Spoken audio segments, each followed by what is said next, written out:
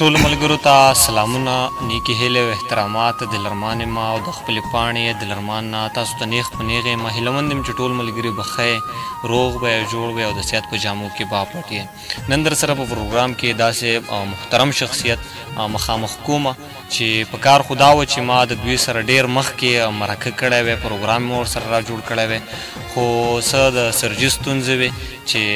دغه لیټ شو رانه. بهرحال پوښتنې به تیام کوو او په پروګرام کې ورته هرکلی وایو. نو سرجي سلامونه. بسم الله الرحمن الرحیم. ډېره زیاته مننه، یو جهان مننه عادل خان چې تا زه د خپلې مرکې ته د راتلو جوګه وګڼلم او واقعي چې عادل ارمان پوره کوشش کړی او دې نه مینه هم ډېر واره د ما تر دې پروګرام کې د شاملېدو ویلي، خو زه به دا ووایم چې د الله نه به نه وم مقرر. ملګرو ته د یاد دی چې سرجي چې دی نو زما د څلورم دریم کلاس ټیچر پاتې شوی دی او سبحان علي انجم سر ترې نوم دی. سرجي زه غواړم چې دغې ملګرو سره په خپله پوره پېژنګلو. زما پېژنګلو زما خیال دی چې داسې ډېره زیاته څه ګرانه نه ده. د هغې وجه دا ده چې یو حقیر غونته کې بنده یم. سبحان علي زما نوم دی، انجم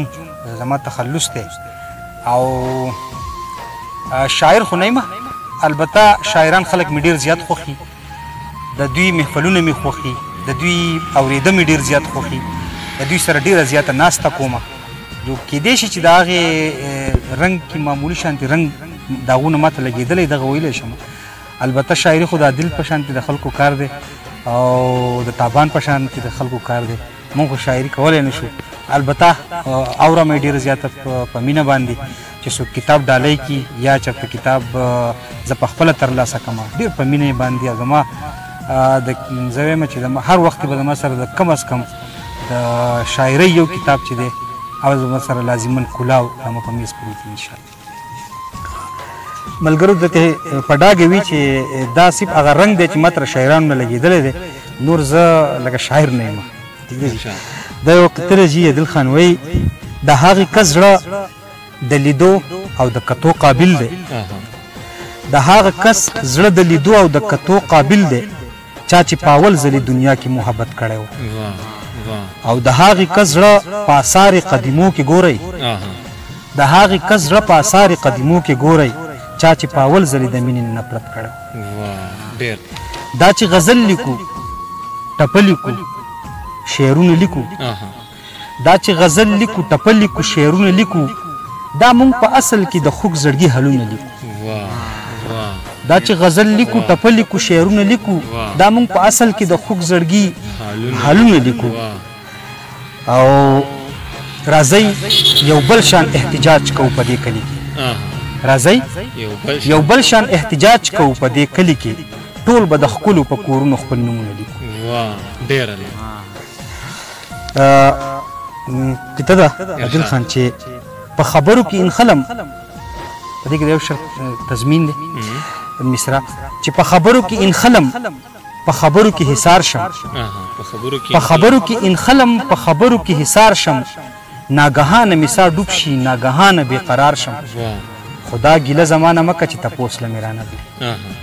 دا ګیله زمانه مکه چې تپوس له مې رانغلې، ته چې هلته کې بیمار شي نو زه دلته کې بیمار شم. غزل کې که فني څه کمزوریانې ځکه زما بلا لیکچران ملګري دي او که هغوی چې دا پروګرام ګوري او فني غلطیانې پکې نو مخکې نه زه بخښنه غواړم. غزل دی چې خیالي کا اشعاري کا افکاري کا، خیالي کا اشعاري کا افکاري کا، قبر ورله وساته مزاري کا. خیالي کا اشعاري کا افکاري کا، قبر ورله وساته مزاري کا. او هغه سړی بیا د مینې نوم اخلي، هغه سړی بیا د مینې نوم اخلي، راشه د منصور غوندې په داري کا. هغه سړی بیا د مینې نوم اخلي، راشه د منصور غوندې په داري کا. او وس مې په ازغو کې پلس د کړي دي، وس مې په ازغو کې پلس د کړي دي، وس غمونه راوړه رامباري کا. وس مې په ازغو کې پلس د کړي دي، وس غمونه راوړه رامباري کا. او ستا غمونه څنګه دي او څومره دي ستا غمونه څنګه دي او څومره دي ټول مې په سینه پراته دي شماري او زما په مینتونو باندې نه کېږي رابان خان زما په مینتونو باندې نه کېږي ای بارانه ته راشئ ساري کا او د وخت منصفه مینه یې کړې او د وخت منصفه مینه یې کړې وه ووایه قاضي ته چې سنګساري او د وخت منصفه مینه یې کړې وه ووایه قاضي ته چې سنګساري کا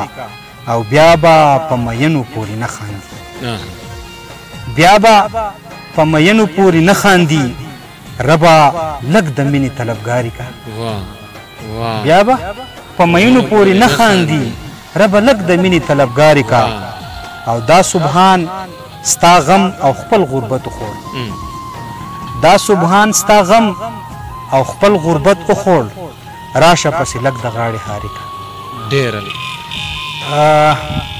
ارمانونه خو ډېر زیات دي د انسان